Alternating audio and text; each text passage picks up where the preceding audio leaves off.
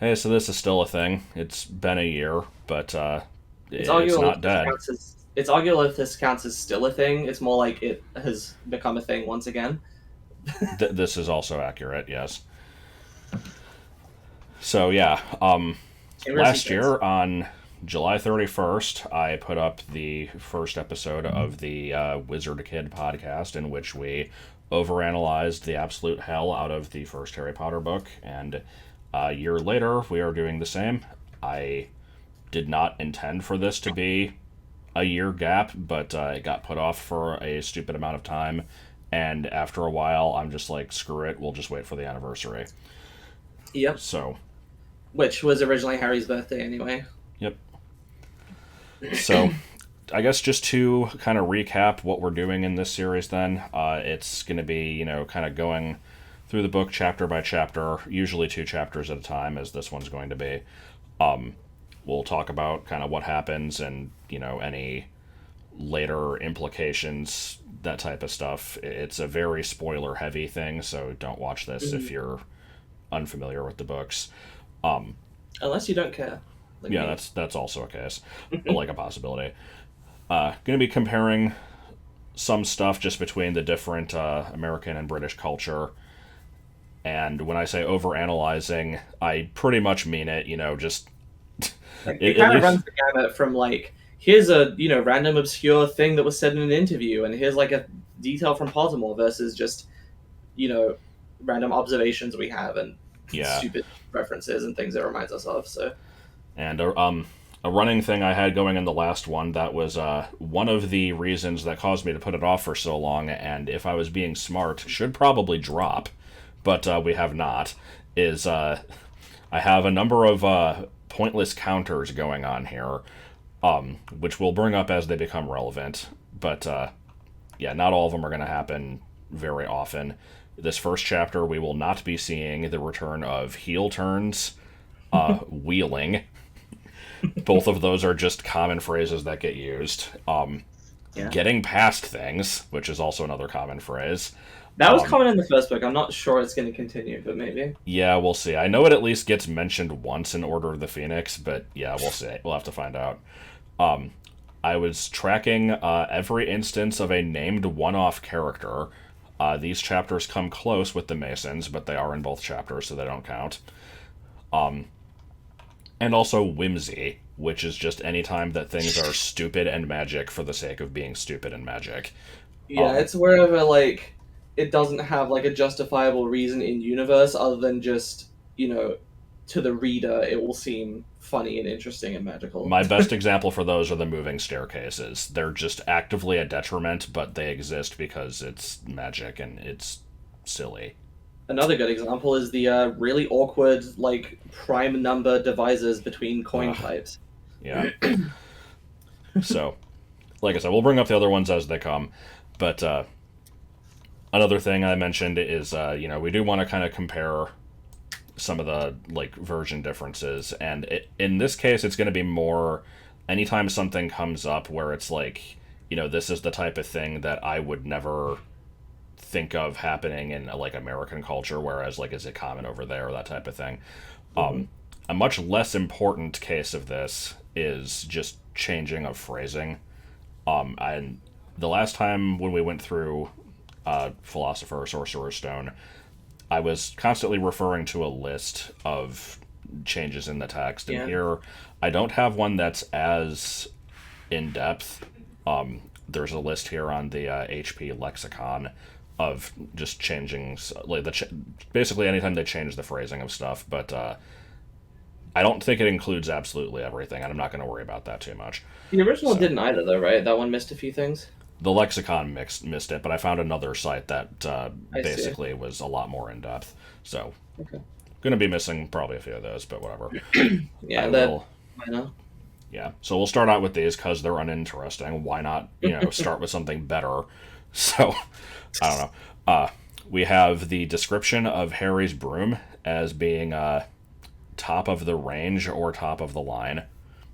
We have the amount of time that Vernon has been talking about the dinner party as either a fortnight or 2 weeks.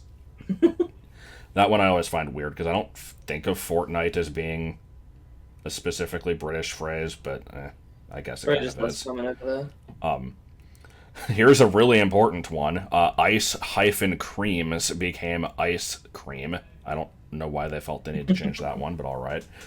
The Sure.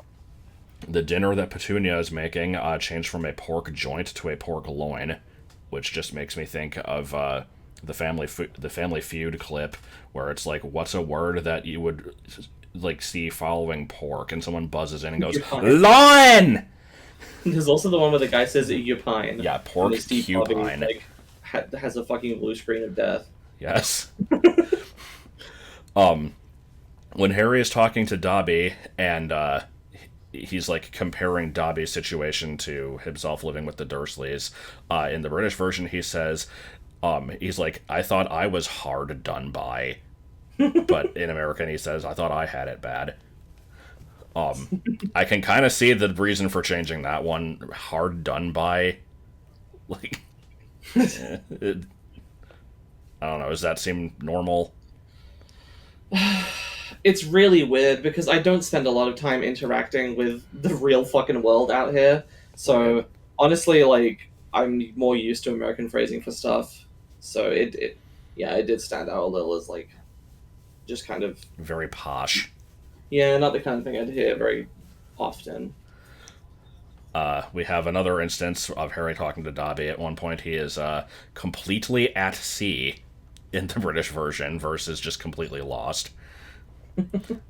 Then we have Dobby being shoved into a wardrobe or a closet, and tinned soup versus canned soup, which, like, who gives a shit? So, that's it for those. I suppose we will. I could say we could move on to the notes. Do we want to talk about the, like, covers? Yeah, we could do. So I have the cover that has Harry and Ron in the Fort Anglia with Hedwig in the cage, like spreading her wings. Let me actually find the image of that. I think Does that one have back art, or is it just? yeah, it does. Yeah, the back is a picture of Hogwarts. This one always confused me though because it looked like it was in the clouds, and literally as I'm speaking is the moment that I'm realizing it must be like snow. Before that, I always assumed it was just a weird sort of dreamy effect of imagining Hogwarts in the clouds. Let me grab my book here. I've just been reading the PDF, but I've got the book available. Yeah, mine has extremely dopey versions of the characters. You can see in the video how terrible Harry looks, but on the back cover we also have horizontally stretched Ron wearing a striped shirt because he's an Undertale character, and Ginny, who just kind of looks generic, I guess. I don't really have much to say about her, but yeah, they're very stretched.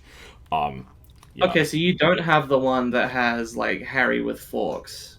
That I No, used for the actual thumbnail. no, I do. Oh, I don't see Ron here. Is he on the back? Yeah, they're on the back. Oh, okay, I see. I see.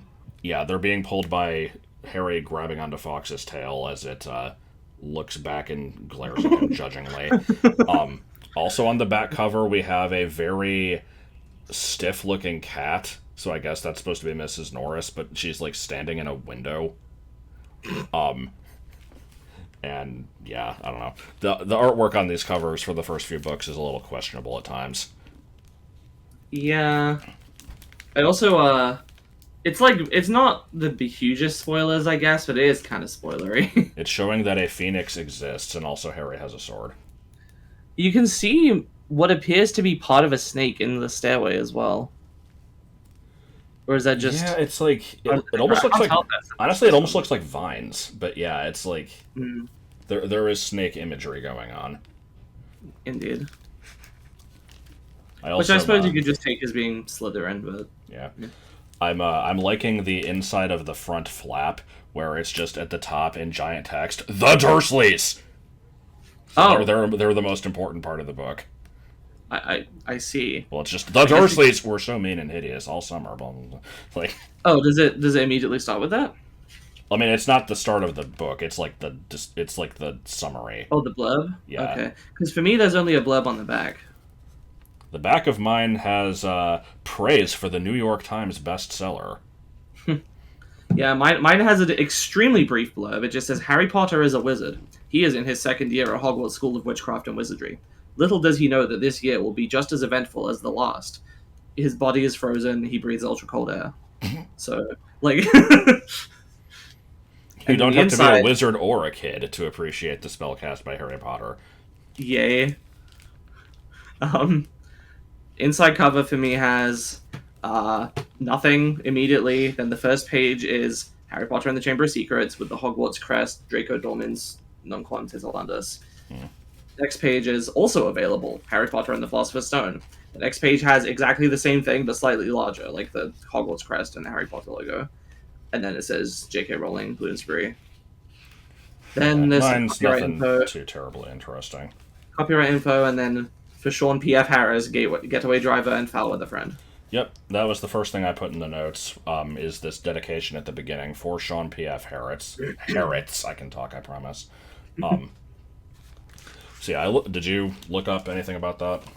I did. He was a friend of hers from secondary school. I believe he was the first friend of theirs who could drive a car, and apparently she has, or has, many fond memories from her teenage years of hanging out, going places in his car with their friends. Yep. The thing I read, I didn't read it that carefully, so I actually don't know if it was if he was the inspiration for Ron in general or just in this.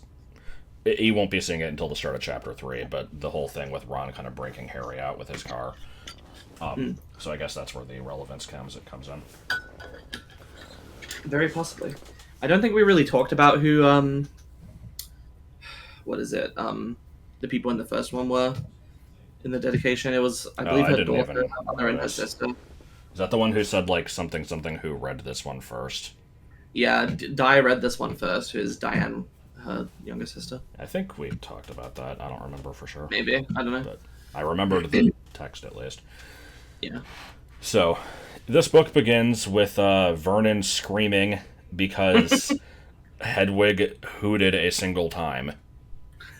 And he's like, if you can't get that bird under control, there's going to be a price to pay. And I'm just like, Unreasonable as yeah, usual. I'm just like, okay, so Hedwig making any noise at all qualifies as being a menace, apparently. We find out later that he's, upset because he has this stupid dinner party that, has to have complete silence. But I like to think that he's just this way anyway, like, regardless of the situation. Though, so, kind of starting out in a similar place to last time, resetting the status quo a little bit, though, of course, things have changed. Notably, Harry seems to have a little bit more spine. He stands up to Vernon a little bit more and talks back than he did in the previous book, which is nice. And, of course, he's not quite in the same position. He knows that there's a whole world out there that he better fits into, and, that kind of ideal will be... Yeah, he's not as defeated. Yeah. It's more just I have to put up with this for a few months and then I can go back. Yeah, I think that definitely shifts more and more as the books go on. I remember in the last few, the Dursleys seem like such a non-issue. It's like weird that he has to go back and deal with them. He they'll be bitching at him for one reason or another. He's like, man, I don't fucking care. Like, yeah. In this one, he's still definitely getting bossed around a lot and doesn't really have any room to do much, yeah. Doesn't have any agency. So, yeah, there's this bit here. Let me find the actual line. Yeah, here we go. So, this is going to be definitely the first instance of me going off on a random tangent that has absolutely nothing to do with anything, just based off of the text. So, yeah, Hedwig is not allowed to fly around, and Vernon's like, do I look stupid? And he has like a bit of fried egg dangling from his mustache, which reminded me of two entirely unrelated things. First was the series of bloopers in the credits of A Bug's Life, where they like have multiple scenes of Hopper saying, do you think I'm stupid? Do I look stupid to you? And the princess keeps like laughing at him, and I'm like, but he, like, what's the joke? He doesn't look stupid. And I'm like, is it a joke because all men are stupid? Am I right? But I'm like, I don't know. Like I said, had nothing to do with anything. I have nothing to say about this. Yeah, I know. And then my fried egg rant, because it mentions a bit of fried egg hanging from his mustache. Basically, growing up, there were fried eggs, scrambled eggs, and hard-boiled eggs were the three different versions that you could ever really have.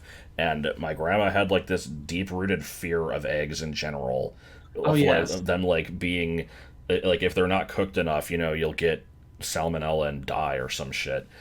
And I specifically remember the concept of sunny side up eggs. Just that was just straight up not allowed because you don't flip those.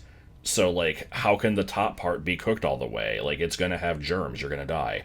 So, I grew up with fried egg just being a general term for you crack an egg open on a pan and cook it. And Right. recently, like, the last couple of years at least, anytime I go to a place that serves breakfast food, like Waffle House, IHOP, or whatever, and they're like, how do you want your eggs? If I ever want a fried egg, I will say that. And a lot of times they'll be like, well, like, what do you mean? Like, there's lots of kinds of fried eggs. And I'm like, I don't know. They're all just fried eggs. Like, Oh yeah, I've never known the different. it's like, oh, there's over easy, there's like, blah, blah. I'm like, I don't know. Like, it's just fried egg. Like, Yeah, I runny. don't think the distinction is really made over here. I think I've well, or at least in my family, it was always just fried egg, and then you know, if there was any further probing, it was just, do you want the yolk runny? Yeah, do you want to dip your toast in it? Basically. So, like I said, pointless, but felt like the need to mention that one. We then have a mention here, the first of many, of pointing out how much of a fucking fat ass Dudley is. Yeah. He says, yeah, Dudley, who was so large his bottom drooped over either side of the kitchen chair. So, God, yeah, so I'm how basically, small is this kitchen chair? like, if we're not going to treat this as an exaggeration, like Dudley is morbidly obese. He's not just kind of fat. Like the dude weighs fucking 400 pounds at the age of 12. Like, I was gonna say I'm fat. My ass doesn't do that. so, all I could think of was the line from the second episode of South Park. Dudley, you have such a big fat ass. When people see you walking down the street, they say, "God damn it, that is a big fat ass." Good. It fits quite well. And it's not the first comparison I'll be making between Dudley and Cartman. Hooray. He is kind of an asshole, so fair enough. But yeah, following this, Harry basically, I'm trying to remember exactly what it is, but like Dudley asks for some more food, and Harry's like, you didn't say the magic word, and then the fucking house collapses in on itself in a black hole. How dare you! Because he said the M word, which Yeah. insert joke here about the N word. I don't know. Yeah. I'm not inspired today. Yeah, there's no R in magic, so we can't make a hard R joke, but otherwise we probably would. Muggle with a hard L. I don't know. So yeah, Vernon just fucking explodes. Like, he says he forgot the magic word, and they're like, "Oh my god, how dare you threaten Dudley!" Like, dude, this wasn't a threat. Get the fuck out of here. Like, So overboard. just a little bit. Yeah. And then then we proceed to basically have the book very, like, very thinly veiled recap of, like, oh, Harry was actually a wizard. Like, just, And the thing is, they do this again in the next chapter, and they do it way better. So I don't know why they saved it, or why they didn't just save it. yeah, they do this in the first few books of just like, Harry was a very unusual boy indeed, because he actually could use magic. He went to a magical school. And it's like, yes, we know. Who the fuck is reading this one? Like, I mean, I could see it. Like, I've done that where if you are just picking up a book from, like, the school library or something, and you either don't pay attention or they don't have the first one, you just pick it up. And it's not bad to have it. It's the type of I thing suppose. where it's, like, it's easy enough to skip over. And at least these are longer books. It's, like, I read this recap and I immediately think of every single Animorphs book starting with my name is blank. I can't tell you my last name or where I live because if I do, the Yerks might find me. The Yerks are a person, and then then Elfangor gave us the ability. Now we can morph into any animal. 2-hour time limit. It's like, oh my god, 50 books of that shit. Incredible. Like, so yeah, in within the recap, they're talking about, a lot of basic stuff, and for some reason feel they need to bring up Quidditch again, as you pointed out here. Yeah. I'm like, I'm like the basics of Quidditch was definitely an extremely important thing to recap in this opening thing. Harry's a wizard. He went to a school Quidditch, and Quidditch. There's six 14 players. goalposts. There's There's 4 six balls. goalposts. Like, 4 balls. yeah, You gotta know all this stuff, okay? Immediately. Stats gonna be important. there's gonna be a quiz later. Uh, You have your and then next one. speaking of Quidditch, yeah, he starts to panic because he's like, oh no, if my broom and stuff is in there, I might get so bad from being out of practice that I don't make it onto the team next year. And I'm like, Harry, you had never flown a broom before last year, and you were a fucking natural and got on the team instantly. What the hell are you worried about? It's like 2 months. You're fine. It's not, you can't even play anyway. You could just fly at most. Like, come on. Yeah, not to mention the context that this is brought up is saying all of his spell books, his wand, his cauldron, his broom, everything is locked up in the cupboard under the stairs. And it's like, even if that stuff wasn't locked up, you're not going to be able, even if the Dursleys were reasonable people, they're not going to let you fly the broom around where people can see. Like, you're going to be out of practice regardless. Right. But, and then he's also worried about his doing his summer homework. Which they just mentioned where was it? What was it to the Dursleys if Harry went back to school without any of his homework done? It's like, man, these fucking teachers setting summer homework. I think I might have complained about this in the last one too, but it's just that is such a foreign concept to me. Oh yeah. It happened a couple times, in my last few years of school. They would make us, we would have to read a book over the summer and then kind of be quizzed on it, the day that we get back. But I see. There was never, an essay you'd have to write. In the summer between year 10 and year 11, the final 2 years of secondary school when you're doing your GCSEs, we had some summer homework. And then also between my 2 years of college, not university college, I had some. For the year 10 one, they made a huge deal out of it where they're like, you have to do this. If you do not, you will not graduate. And I'm like, Jesus. And I think that was mostly fine. I think I did most of it on time, and then there was a little bit I hadn't done, but there were a lot of people that hadn't done any of it.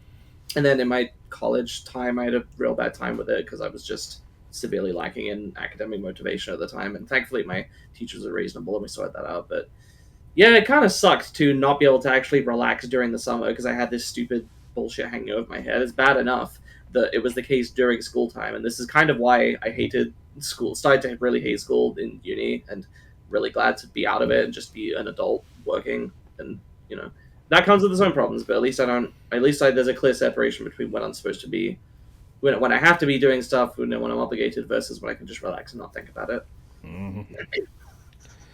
Basically, homework sucks, and we talked about that last time and how there were differences with our experiences with homework as well. And also, I think this is what I put as the first unlocalized Britishism, which is going to be one of the counters. It just says, ever since Harry had come home for the summer holidays.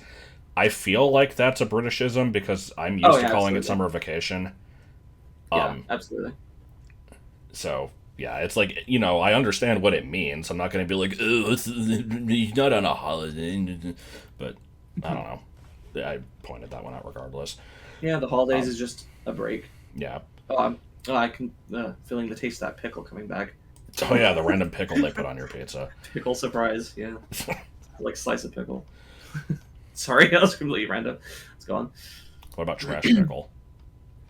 I don't remember what that is. It was just a random stream that Vinny did where he had to stop because there was a pickle he threw in the trash that smelled so bad he had to take it out. That's so good. All right, you got the next note here. Yeah, so Harry's lamenting his stuff being there. And it's interesting because, basically this time last year, he was in that cupboard, and now all his stuff is in there instead, and he's in the room. So it's not as bad. But, he has a little bit more freedom. But, everything that's important to him now, these few things that have given his life meaning, which he outright states in the next chapter, is like Hogwarts is the thought of that is keeping him going. All this stuff that is, where his life revolves around now is in the cupboard, so it's like almost as bad. Basically, it's just kind of, yeah. Yeah, I also like the thought of the stuff being in there. Like, I don't know if it's mentioned later. It might be in like the next chapter. If it's all just still packed up in his trunk or whatever. But I like the idea of Vernon like carrying the stuff in there, including like actually handling Harry's wand, and then like having to go like boil his hands to get like the magic off of him. Like, God, that'd be funny. But yeah, so after all that happens, we have some more scenes with Dudley. Well, I say after all that happens because this is all just kind of Harry internal brooding, narration. and he I think wanders he's like out. in the back garden. Oh, actually, no, we haven't even gotten to that yet. Because no? now here's the whole part where Vernon's like, it's a very important day Oh, today, yes. and Harry's like, he can't be talking about my birthday. No, it's the stupid dinner party. And so yeah, it mentions they specifically describe Dudley as being porky, which makes me compare him to Pokey from. Yeah, I immediately think of Pokey from Earthbound. And it says like his porky blonde, like his porky pink face and blonde hair. So that fucking describes Pokey perfectly. Yeah. Plus that dude's an asshole too, and then there's Kind of is just common. he really is. But then, Vernon's going through this whole list of things they need to do. Like, okay, when they show up, where are your positions? And Dudley's like he's gonna be. I'll agree to them. Can I take your coat, sir? And I just think of Squidward. He's like, Patrick, can you take people's hats in a dignified manner? Oh, you mean like a weenie? May I take your head, sir? It's like, Yay. so basically, that's what Dudley's doing. Yes. And so Vernon's basically just quizzing them on all this stuff he's instructed about them, and the quote unquote joke is that each time he's like, "And what will you be doing, Harry?" At this point, he's like, "Being in my room pretending I won't exist." He's like, "Exactly." And the first time I read that, all I could think of is the part in is this stupid like recurring thing in Ratatouille. Yeah, let me explain the context here. Like a week or so ago, I was on YouTube and I just see this clip recommended. I see the thumbnail is Ratatouille, which, if you don't know, is a crappy knockoff of Ratatouille. And I see like the first line of the title. It's just like, every time in Ratatouille where, and I'm like, please say it's every time that they say precisely, and I scroll down slightly, and it was. Because there's this one character that just always goes, precisely! He says it like 8 times. And then, the second time Vernon asks Harry what he'll be doing, he actually does say precisely, and it's fucking great. Also, I turned into the nostalgia critic for a second. That was not intentional. Yeah,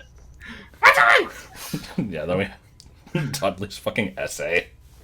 God, yeah, so, like, what was it? Vernon's, like, asking them, like, do you guys have any, like, compliments for them? And Petunia's like, oh, I'll say that I heard that Mr. Mason is, like, good golfer, and I'll ask Mrs. Mason where she got her dress.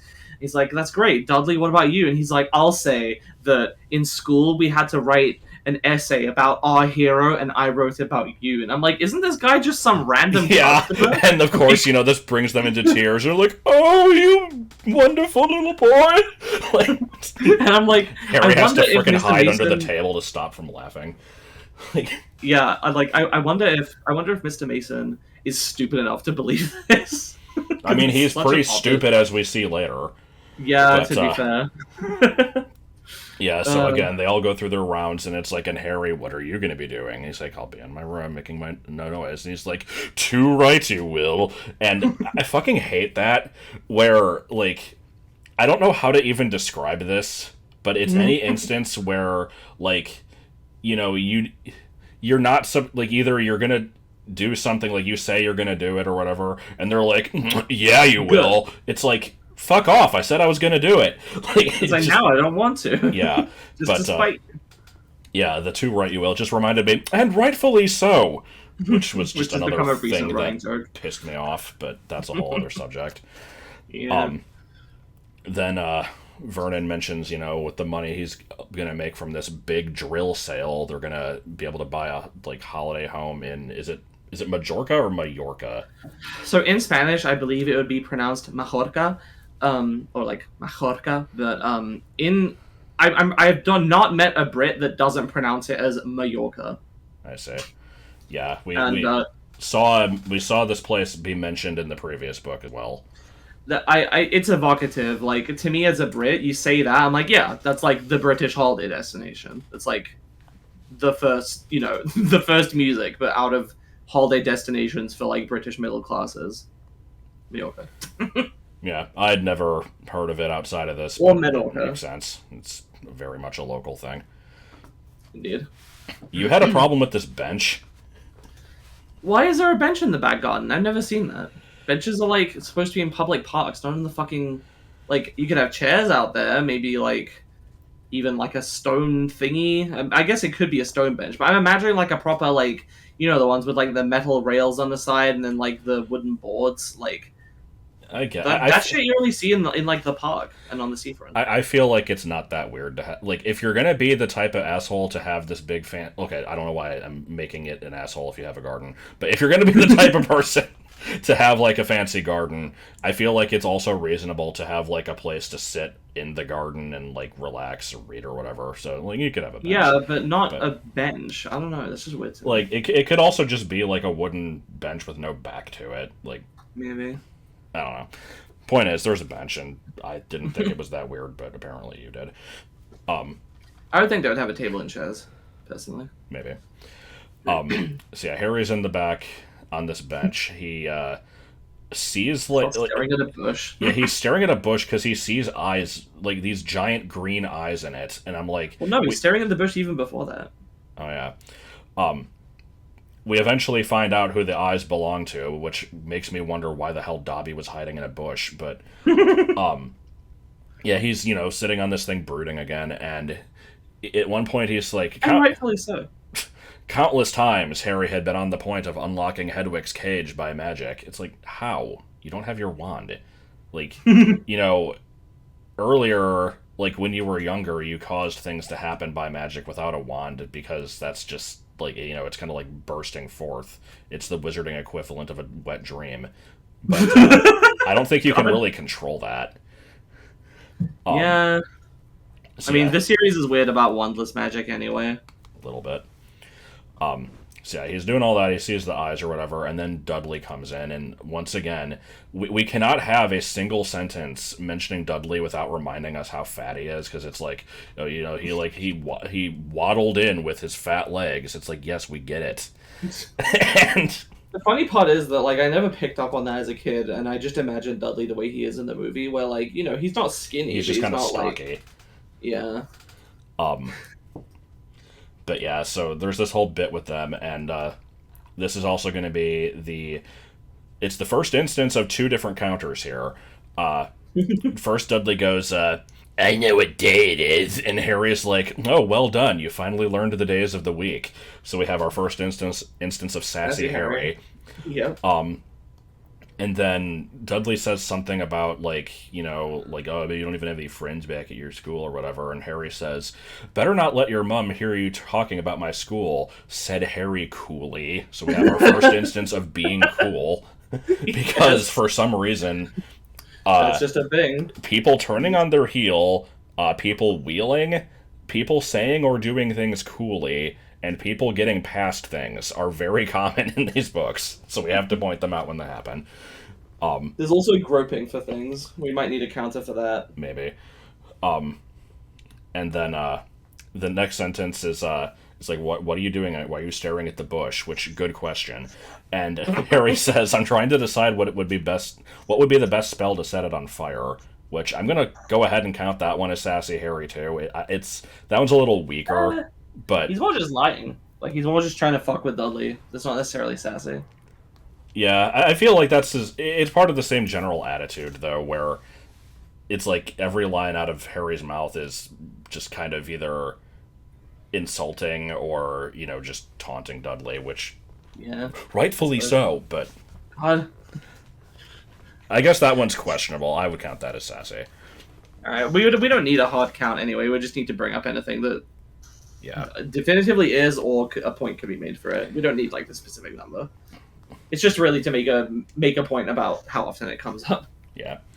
Sassy Harry is good. It's one of those instances where it's one of his best characteristics that just kind of doesn't Yeah. show up in the movies that often.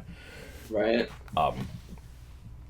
And so, they continue to talk for a bit, and Dudley's pissing him off, so he starts pretending to do magic, and he's like, jiggery pokery, and all this stupid Focus. crap. And then, yeah, Dudley runs off, and he's like, Mom! It just makes me think of Cartman again, with the way he's like, Mom! But Good. And then of course, he goes in to get Petunia, and Petunia like it mentions that Harry knew that Petunia knew that he hadn't done anything because Dudley and the bush were intact, but she still chased him around with the frying pan anyway. And I'm like, what if she just actually hit him and then he died? It's not even that she chases him around. Let me find the actual word, like the wording here. Yeah, he had to duck as she aimed a heavy blow at his head with the soapy frying pan. So yeah, she's actively trying to kill him. So I just wrote here, which long-time viewers will know as an old reference to a inside joke. And then Petunia actually hits him with the pan, and he dies, and it becomes a very different book. Yes. And then we just had a funny bit of wording here. This is like the peak nitpicking, over analyzing of this book, but I love it. It absolutely is. But yeah, there's this paragraph or couple sentences explaining, Harry has to be doing all of this labor to, because he's being punished for pretending to threaten Dudley or whatever the hell. It says, while Dudley lolled around watching and eating ice cream. Like, what, he's watching the ice cream before eating it? But, it was just a good sentence. And then meanwhile, speaking of Harry's labor, as I pointed out here, yeah, he's doing all this stuff. He's having to trim the flowers and all this crap, and then it says, yeah, wish they could see the famous Harry Potter now, he thought, as he spread manure on the flower beds. I'm like, excellent. These guests are coming over. What better to greet them than fresh horse shit in the backyard? You probably could have waited to do that for later. But yeah. There's no way that's smelling good.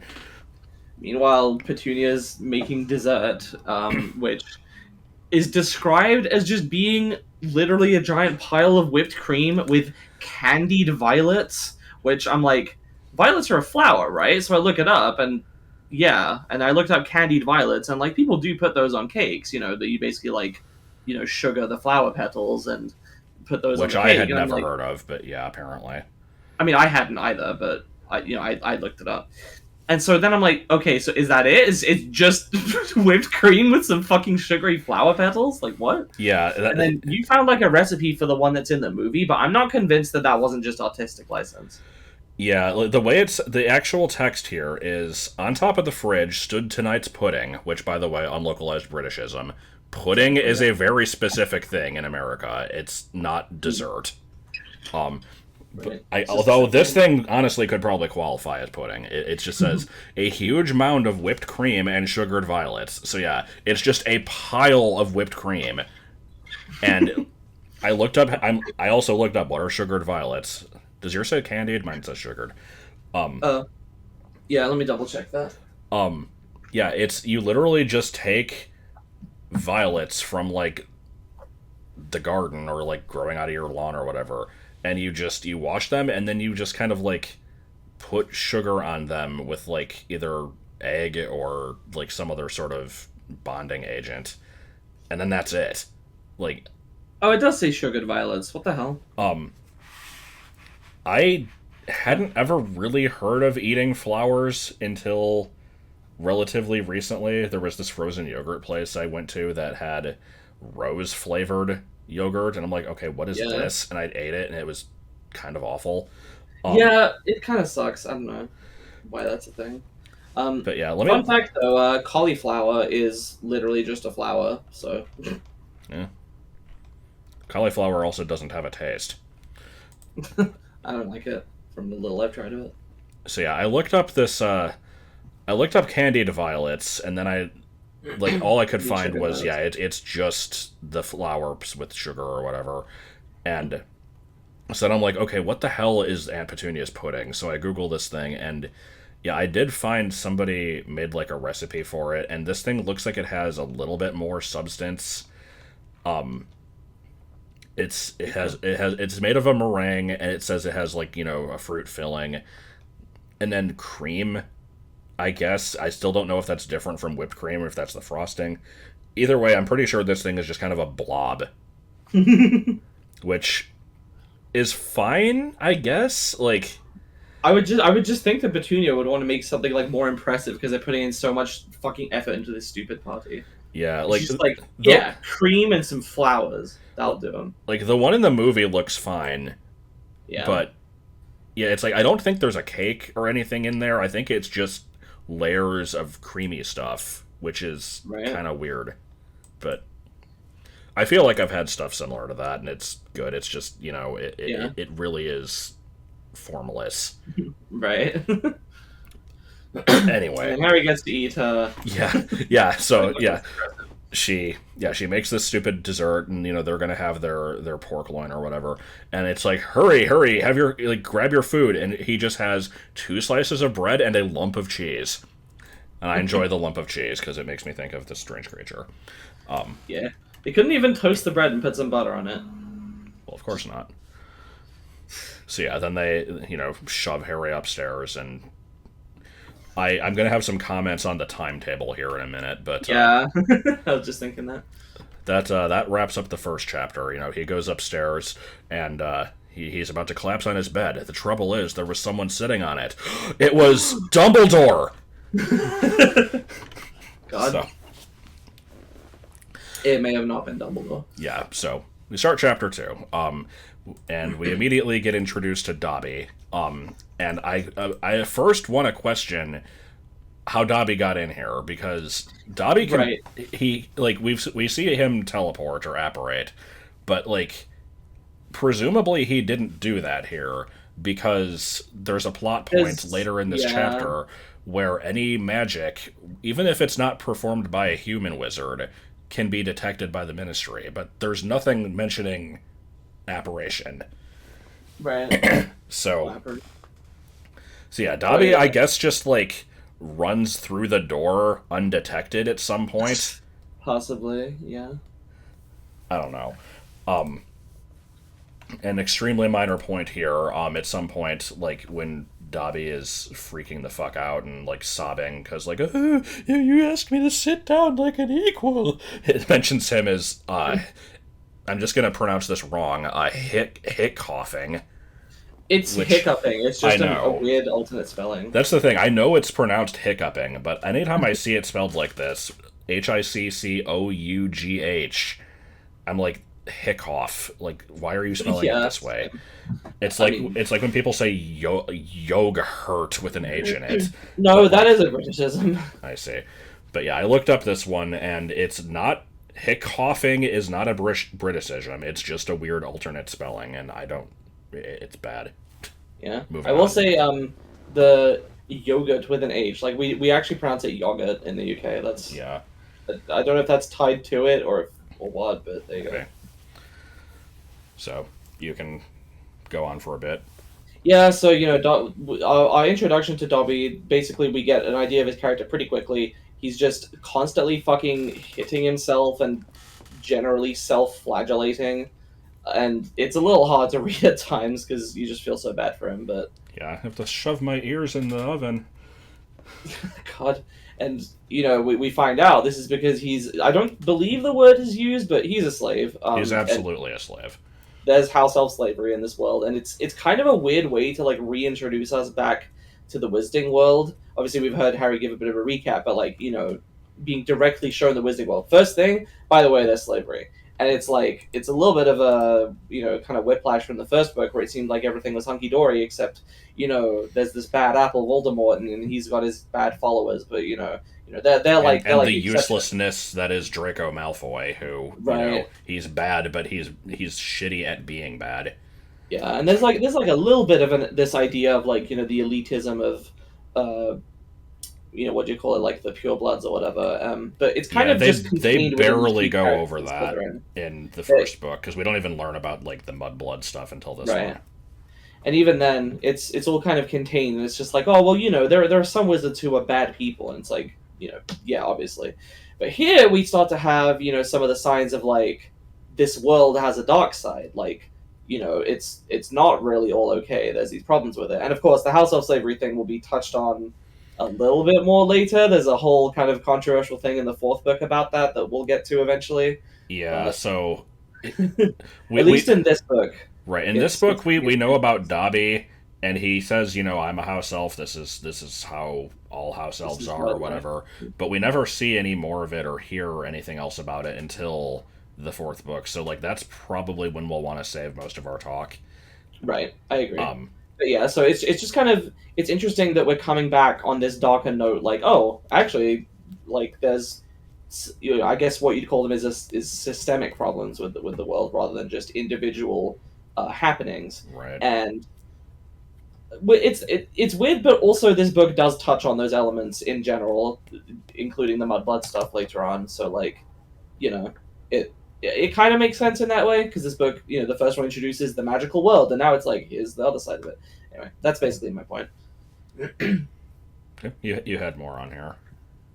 Oh yeah, I forgot about that. So, Dudley, yes, Dobby and Harry, have a conversation which acts as like this sort of stealthy recap because Dobby's like, "I heard you did all this stuff. You defeated the Dark Lord and got away with your life, and you saved Hogwarts and you won the Mile. Well, how did you? What's your secret?"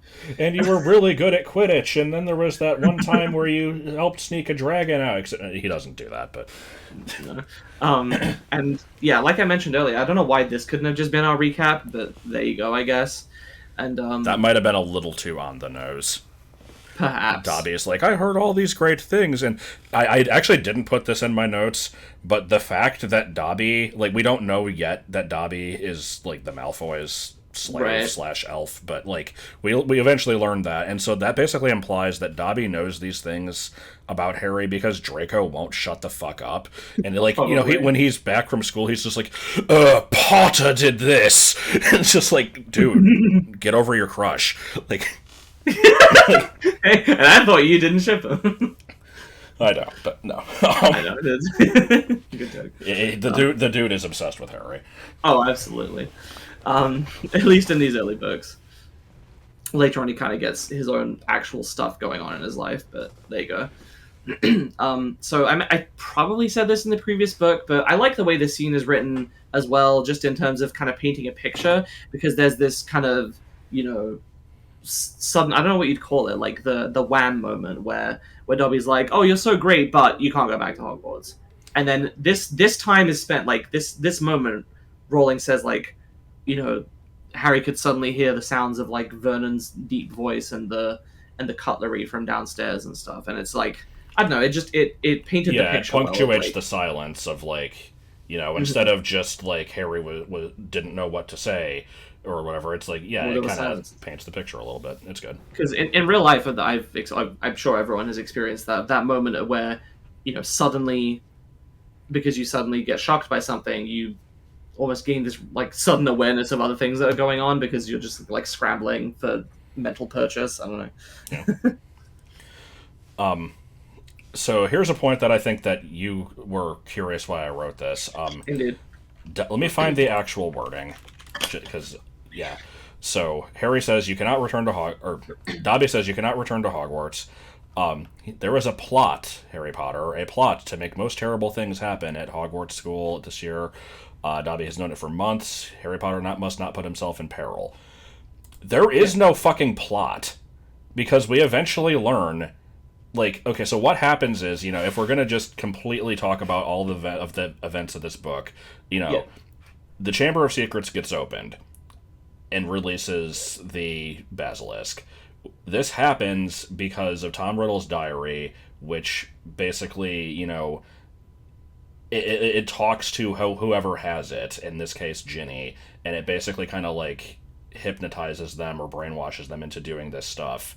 And the reason that this happens is because Lucius Malfoy just kind of dumps the diary into like Ginny's cauldron at the bookstore later, and he just kind of like tosses it aside. And it's mentioned like at the end of this book, like by Dumbledore, he's like, he probably did this, to get rid of a dark artifact that could have incriminated him, while also, putting it in the hands of a Weasley to like, give them a bad name. And Huh. but then we find out in the sixth book that this thing is a Horcrux, which is massively important, and Voldemort entrusted him with this thing, but doesn't tell him what it is because he doesn't want anyone to know about the Horcruxes. So Lucius just thinks that this is like some random dark artifact, but doesn't necessarily know what it does. So he just kind of dumps it off on them. He like, how the hell does he know this is going to make the spirit of Voldemort possess somebody into opening the chamber? Like, Okay, fair. I was like, I was the point I was gonna raise was like, yeah, there's a plot. Lucius deliberately gave it to Ginny to cause these things to happen. But you're right. Like, I don't know if he could have anticipated what the diary does, and especially if the sixth book establishes that Lucius didn't know what it was, then I yeah, guess because that is a they plot hole. But I yeah, was under because the they're impression that talking that was the about whole that. point of this Like, book. my guess is, she wrote it originally to where he probably knew what this was going to do. And, like, it's been said in interviews and stuff that, like, it was planned from the beginning that this was a Horcrux and they were going to be introduced in Hmm. this book, but it got put off because it was a bit too much. Um, Right. so I have a I don't know. feeling that when she wrote Half Blood Prince, she probably realized, like, well, shit, why would he be so blasé with this thing and just throw it out? And it's like, oh, he must have not known what it was. So, like, But then maybe that that was kind a of, slight retcon. But but that maybe that then, makes this line like, yeah, if yeah, that's true, that means, like, how did he know it was going to do this? Like, being right. a dark object in general, like, there's stuff like there's the Random necklace necklace. that, yeah, like almost kills a couple people. Like, it could have been something like that where, he knew it was going to cause some harm, but not what it would do. But yeah, there's no plot here. Hmm. I Like, also don't know how Dobby would hear about her unless Lucius is just like monologuing to himself, like, "Oh yes, and then the Mudbloods will pay." I don't know. Um, you said I will Dobby. Go ahead. But before that, this won't really come up until later anyway. But since you mentioned the thing with Ginny in the diary, I will add, I'm pretty sure the implication is not supposed to be that it's magically influencing her in any way. I think it's literally just that she was vulnerable and lonely, and like the part of Tom's soul that was in the book, like basically manipulated her in a very human way, just directly I mean, it got definitely her. possesses her. They use that phrasing. Oh, really? Well, maybe later Because on, but I think the only way it happened in the first place is because she came to trust it. that definitely played a role in it. Like, Um, I know that Rowling has said in interviews that the conception of the plot of this book was all about, like, this idea of a person's diary, which is very precious to them and which holds their vulnerabilities, and just like, what if that was twisted on its head, and giving your vulnerabilities to this book became a source of danger and like bad things happening because somebody could use that against you. yeah, So there was definitely that aspect to it because, like, I think they do talk about that at some point where, she basically opens up to this thing. I think Tom Riddle, or like the memory of him or whatever, actually even yeah. says like, oh, she's writing all these silly little things like, oh, I'm so upset Harry doesn't like love me back or whatever, and I'm so worried about this and this, and he's like, I don't give a shit, but I had to go along with it and make her trust me. So I think like Mhm. we kind of see that also with the Slytherin locket, where it kind of feeds off of people's insecurities and stuff. Yeah. Um, so there's that aspect of it, but then, like, I guess once she gets vulnerable, then it actually does do something tangible. Yeah, Because, it's like a vector into doing more serious things. yeah, because, like, in Order of the Phoenix, Harry's freaking out that, he's like, oh no, maybe I'm being possessed by Voldemort and I don't realize it. And Ginny's like, have you ever had a long period of time where you can't remember where you've been? Then you haven't been possessed, because I have, and I know what it's like. Right. Yeah. Okay, fair enough. My bad then. I guess you weren't wrong. It was just two aspects. Both details we were missing. Yeah. Yeah. Sorry, you mentioning the locket just made me think of the hot and steamy Harry and Hermione vision that Ron has in the movie. Oh god. Okay. Anyway, Dobby is very bad at lying. Like Harry immediately catches on to his shit. Which part are you referring to? Like, he's like, like Harry's like, well, I can't stay here. I have my friends, and Dobby's like, friends that won't even write to you. Looks at the camera. I mean, I don't know. Yeah. I comment on that in a minute. So Right. I've got a bunch of stuff here. First of all, there's the bit where, Okay, first of all, yeah. So he's like, terrible things are going to happen, and he's like, what terrible things? Like, is it Voldemort? And then Dobby like can't answer, but he's like, you can just shake your head or whatever, and he says no. And he's like, well, he doesn't have a brother, does he? And so that just makes me think... that's Harry's assumption. Yeah, it immediately... Fucking Little Mermaid 2 with, like, it's Ursula's crazy sister. It's, just any shitty sequel where the villain is out of the picture, and it's like, well, we gotta have somebody. Oh, no, they had a relative. Like, I love that idea. And, yeah, there's this bit here where he's like, it's like, it's not Voldemort, and he's like, no, but he's like kind of hinting there's more to that. We don't find out what this means until the end of the book. Harry's like, like, when I asked you, why did you say no? And he's like, well, he wasn't known as that at the time. He had a different name back then. It's like, fuck off, Dobby. Like... Oh, really? I thought it was just that like, Dobby didn't know that detail. Apparently he did. At least that's how I remember it. Well, I guess we'll see when we get there. But I seem to remember that being an explanation. It's like, oh, come the fuck on. It could have just been that he knew that Lucius was involved. That's it. I don't know. So, again, Dobby's going through all this crap and making noise, and Vernon bursts in. He's like, what the fuck are you doing up here? You ruined the punchline to my Japanese golfer joke. Didn't one of the other podcasts you listened to get super offended at the implication of this? They're like, the guy's nationality is involved? This must be an extremely racist joke. It's like, man, you didn't hear it. Probably. That sounds like... And it could have been funny. That sounds like the Potterless guy. But have we talked about the Japanese golfer joke? No. What, is this a known joke? There was one that I had heard of, and I looked this up, and I wanted to see, is this what people agree on? And... there's a second joke that is probably the more likely one to have been told, because the first one involves anal sex, and I don't think he would have told this in front of Dudley. To go ahead and explain these... yeah, I want to hear both of them. Yeah, the joke that I had heard first is, there's, a guy goes to Japan and is, making a business deal with somebody, a Japanese native, and, while he's there, he apparently, fucking pays for a hooker, the night before, and then, the day that he's gonna make the deal with the guy, they go golfing. And so it's while he's with the hooker, she starts yelling something, and he's like, oh, this must mean, great, great job or something. I don't know why the hell he assumes this. So okay. he remembers the phrase that she uses, and then, they go golfing the next day, the guy and the business partner or whatever, and the guy, makes a really good shot. And so he, says the thing that she said the last night, and he's like, what do you mean wrong hole? Okay. So, good. There's that joke. Which, again, I like the idea of Vernon telling this fucking raunchy joke to a business part, a customer. Fair, that one's the kind of thing that a kid might not get. So. Maybe, but that might be the type of thing where after they leave, Petunia's like, "Why the hell did you tell that joke?" But so there's that one. The other one that I read is a lot less dirty. And Uh-huh.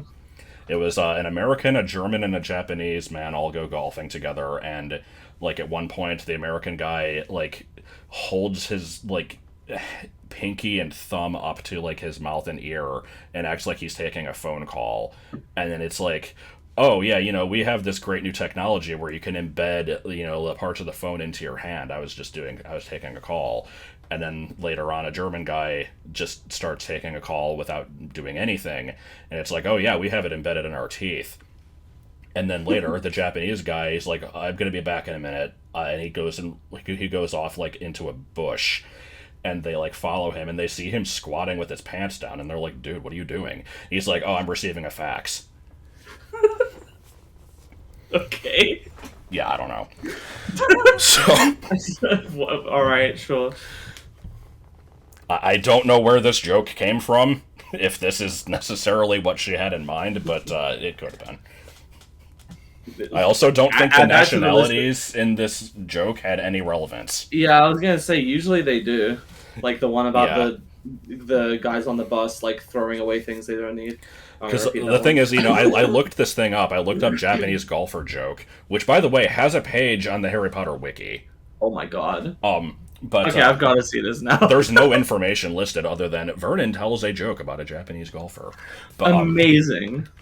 But anyway, yeah, I looked this thing up and I saw somebody, I saw both of those listed, and one person's like, yeah, he probably wouldn't have told the butt sex joke at dinner. But the other one, Vernon would be the type of guy who would be perfectly fine with telling a racist joke and think it's funny. It's like, race wasn't really involved here. Like, Yeah. unless we're implying, like, I don't know, what the fuck would we be implying? Oh, American and German technology does this, but Japanese technology is just shitting out a fax. Like, what? I don't know. Come on, not everything's racist.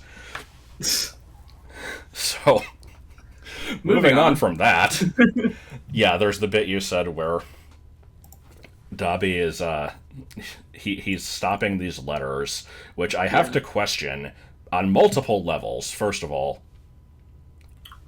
yeah, I found it like the way it plays out is he's like, yeah, I have to go back to school. I have friends there, and he's like, friends that don't even write to Harry Potter.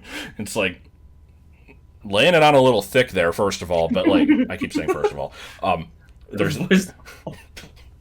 But then Harry immediately catches on. He's like, how do you know that? And I feel like that's the type of thing that I wouldn't have caught, at least not as a kid.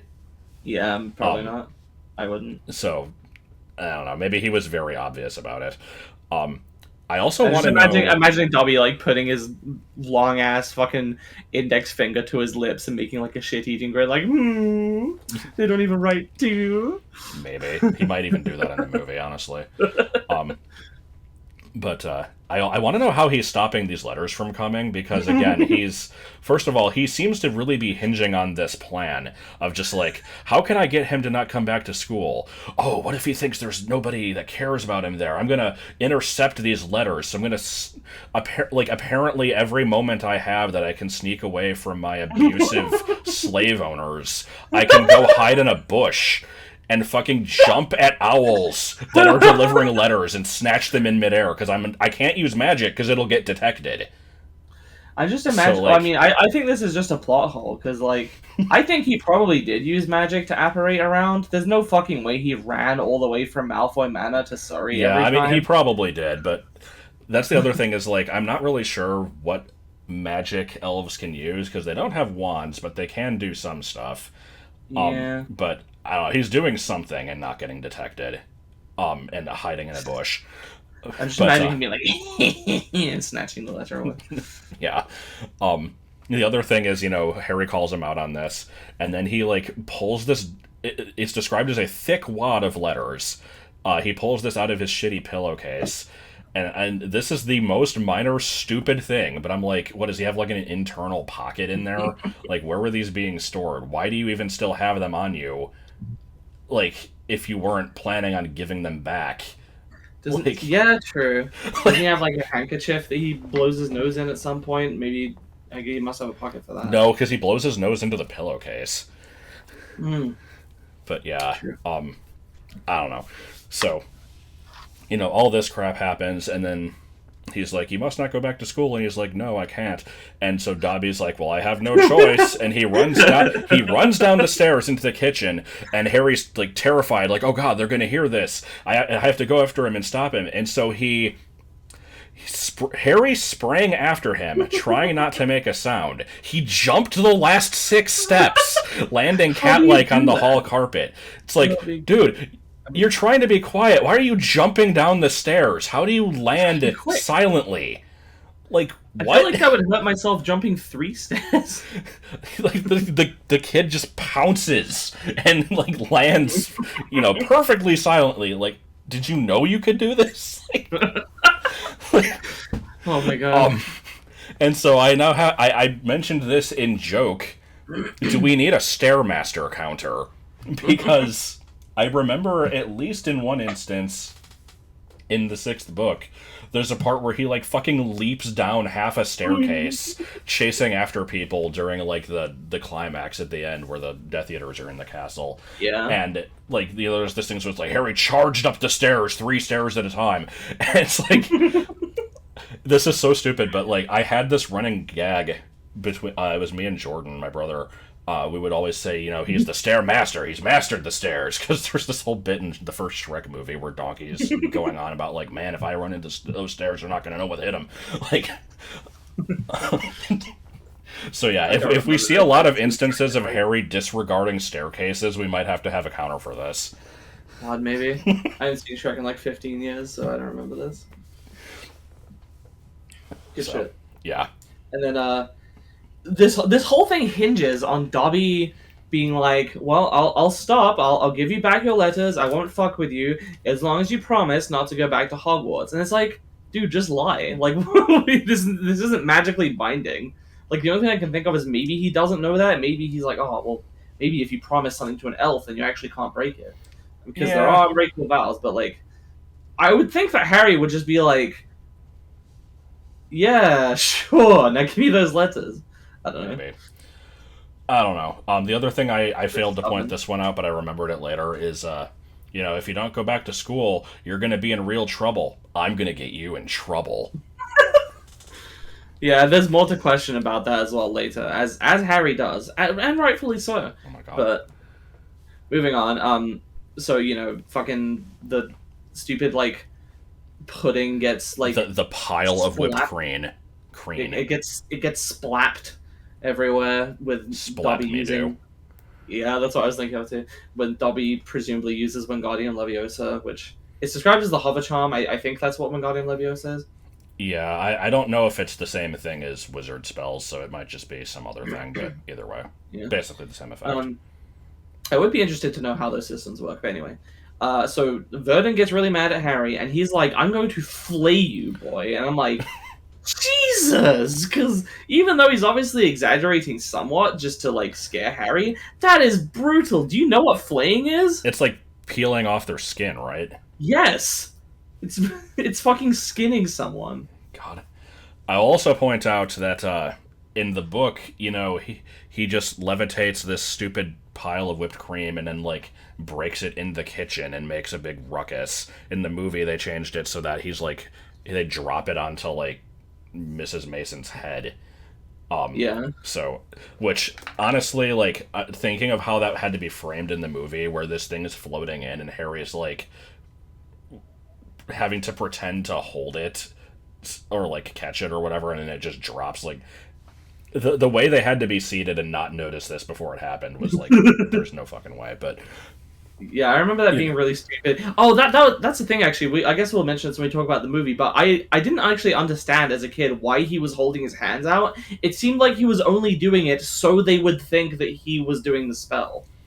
Whereas it didn't even occur to me he was trying to catch it or something. Either that... I figured it was also, like, this thing is floating, and if one of them saw it floating, they would know of the existence of magic, so he's at least trying to pretend that he's holding it. I don't know. I see. It was not very clear to me, at least. Yeah. But then we have So just before we even explain this part, so yeah, this whole thing happens where the thing explodes and cream flies everywhere, and Harry has to clean it up, and Vernon's just like, oh, it's our nephew, he doesn't like strangers and he's very disturbed, we keep him locked up. And it's like, okay, well, apparently they're gonna be fine with this. And they try to move on, but then an owl flies in, and this is the last straw. Yeah, because Mr. Mason is just like, my wife is deathly afraid of birds. Is this your idea of a joke? And he like somehow believes they did this on purpose to piss them off for no reason. Is Yeah, he a complete and utter moron? like here, what was? Let me find the actual phrasing here. It was so fucking stupid. Um, Yeah, Mrs. Mason screamed like a banshee and ran from the house, shouting about lunatics. Mr. Harry Mason hasn't seen stayed a just long banshee. enough to tell the Dursleys his wife was mortally afraid of birds of all shapes and sizes, and asked whether this was their idea of a joke. See, it's like, oh, lunatics! An owl flew into their house! Like, Okay, King of Town. Well, like, what does he think? The answer is yes, that they arranged for this fucking owl to come in to prank the person they're trying to make a sale to. That makes no sense. yeah, I mean, obviously, Vernon wants to make this sale really bad, and he's buttering them up, and he happens to know that she's afraid of birds, and he's like, yeah, I'm gonna piss her off. like, That'll seal the deal. yeah. Fucking idiot. Anyway, so as it turns out, this owl comes fucking immediately, delivering a letter from the ministry that must have been like auto-generated by a magic robot or something. Probably. It's seriously like 2 minutes later. I mean, it makes sense in the magic world, I guess. I know, but yeah, it's this letter that's like, Harry Potter, you used a hover charm in your house. Yeah, I mean, it's like an auto-generated email. It's like, they fill in everything except for your name, and it's just like, yeah, but What? So they have a different template in their data, like a different entry in their database for blank used a hover charm. Blank. well, used no, a killing the hover charm was another variable. It's insert person No. here. You have been detected using a insert magic here. I'm disappointed you didn't get my joke. I'm sorry, what was They, it? they have the ability to use a variable for who's using the spell, but not for what the spell is. They have a separate one. See, I thought about that. I knew you were getting at that, but I didn't recognize that was even something that I should have pointed out. I don't know. Nah, don't worry about it. No, it's fine. It's a joke about the shitty coding in Heart Gold and Soul Silver. Yeah, basically. Gen 4 in general. They have a text string for every single move in the game. They have a space for a variable for the Pokemon, but not the move. It's amazing. Oh, God, okay. So, anyway, yeah, this letter comes in. It's signed by Mafalda Hopkirk, who sounds like a one-off random name, but we actually do see her later. Yeah, she sounded familiar to me. Do you remember who she is? Well, she works at the Ministry. I'm assuming. Oh, is it one of the people? Is it like the person that Hermione disguises herself as? Yep. Okay, fair enough. Yeah, I knew it was somebody involved in the Ministry, obviously, and they go to the Ministry later. And I'm trying to think who it must have been. Yeah, that makes sense. Okay. But yeah, so I seriously have to question this because the letter is like, a hover charm was used at your residence. It doesn't say that Harry did it, I don't think, but it's like implied that, like you're responsible for this, which, no, obviously he didn't do it. And I know they have the ability to tell who did what, because in the fifth book, Harry uses the Patronus charm to save Dudley from a Dementor in some random like underground tunnel Yeah. or like under an overpass or something, and they're able to identify that Harry did it, even though this was just out in public and could have been any wizard that lived relatively nearby. They know it's Harry, so surely here they should have been able to tell. This wasn't cast by Harry. This was, even if they don't have data on the house elves, they should at least know it's not Harry. Yeah, so I wrote on here, I think this is explained. It is kind of dumb, though. This Is it just they didn't look into it further because they saw it was at his house and they're like, well, it must be Harry? Probably. But here's the thing. It's like this is something that has been debated, and I honestly feel like the explanation shifted between books, but I can't remember what the I old see. one was at least. I think the way that this is explained is every underage wizard or witch has a trace on them that basically the ministry can track this, and if magic is performed around this trace, like it's something that's just attached to you. Like if magic is performed close enough to this, then basically they can assume that they cast a spell, and when you're at school or whatever, this is just completely ignored.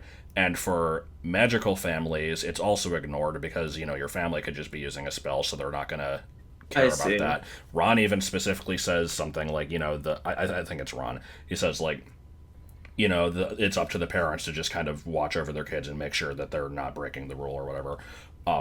And so in this case, it's just the magic was used near Harry, and since he is in a Muggle area, they don't accept any other explanation for it. Because That is really the only other magical person near him is Mrs. Fig, who's a Mrs. Fig. squib. yeah. So yeah, it's like even when they go to the hearing in the fifth book, they even bring up, like this is a repeat incident. You also used a hover charm a few years ago, and he's like, that was a house elf, and they're like, a house elf in a Muggle home. So it's like. Because I think when they break him out of the house, like Mad Eye and Tonks and them, like they also have to basically not use any magic because they know that it would get detected. It's a weird system. I don't know if there's actually a plot hole, but it's very contrived. It's contrived, absolutely. Yeah. Yeah, because I don't know how this trace works, and apparently it disappears the second that you turn 17. And as we'll see eventually, Harry nearly fucking gets his dick caught in a zipper trying to do it. But What? okay, no, it's Harry wakes up on his 17th birthday, and just to prove that he can, he uses his wand to like grab his glasses off the table or something, and they hit him in the face. And Ron's like, "Nice one. I'd do up your zipper if I were you. Like I'd do that without your wand." God. But Good shit. yeah. So, all right. Here's another part. Here's extreme nitpicking yet again. But I have to question the passing of time in these chapters here. At the end of the first chapter, Harry gets called in from doing the garden work at 7:30. He eats his stupid lump of cheese, and then like it says like he barely had time to like scarf this down, and then immediately gets shoved upstairs. And it's like as he's going up the stairs, like the doorbell rings. So apparently the Masons are arriving at 7:30, even though they were supposed to be there at 8. So it's like, okay, they're early, whatever. Either it's 7:30 or it's 8. Then the conversation happens up in the bedroom with Dobby, and however long this Which takes. is immediate, by the way. Yeah, because he goes in the room and Dobby's there. bedroom. So yeah, they go in there, they talk or whatever. Dobby runs down, he smashes the thing, and then they get the letter that says, the hover charm has been used at 12 past 9 p.m. So where the fuck did the time go? This conversation with Dobby upstairs did not take long enough for it to pass from 7:30 or 8 at the latest to Yeah, 9:12. even 8 to 9:12 would be like it's just it's like so fucking minor. Who gives a shit? But I noticed it, and it just it reminds me of other times where books are like we have a half an hour to do this thing, or a conversation's happening and it's like a couple paragraphs. It's like, oh shit, it's been half an hour. It's like, no, it hasn't. It's been like 2 minutes. Like, God. Yeah, I know what you mean. Anyway. So yeah, all this crap happens, and when Vernon's threatening him for all this stuff, and he's like, I'm gonna lock you up in your room, and it just he's like, you're never getting out of here again. And it just makes me think of this stupid quote that I always say from the first Beethoven movie, where George Newton is just locking him up in the doghouse, and he's like, "You're never getting out of here, never." Like, it's like so overdramatic. Yeah. But yes, so that, following this, Vernon is like super mad, and he gets a builder to install fucking bars on Harry's window, Yeah. and this guy is just like, yeah, okay. And I'm like, this guy really didn't question why they're putting bars on this window. He didn't see through the window and see it was a kid's room.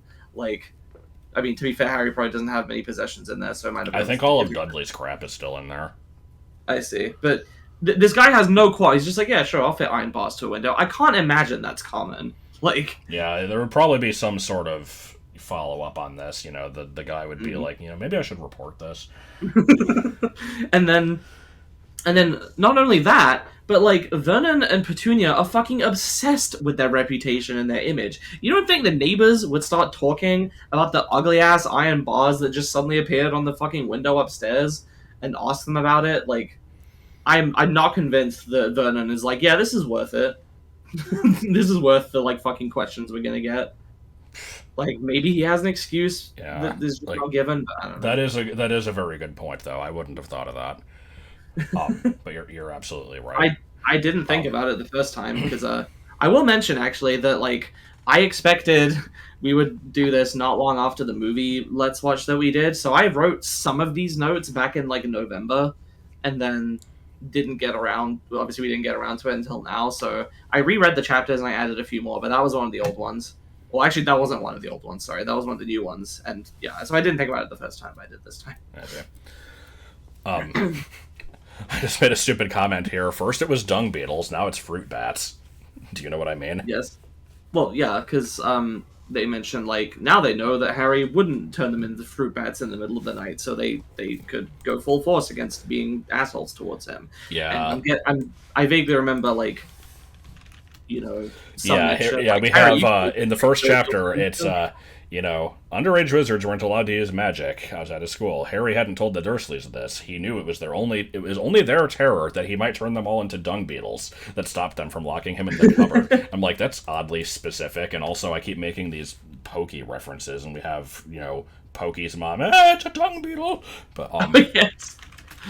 then in this chapter, it's now that the Dursleys knew they weren't going to wake up as fruit bats, he had lost his only weapon. It's just, I love this random, like, I love how they're only afraid of being turned into animals, and the animal is, like, that part doesn't matter. It's just, I don't know. They had been really cruel to Harry ever since they found out that they didn't need to worry about waking up as cantaloupes. Yes.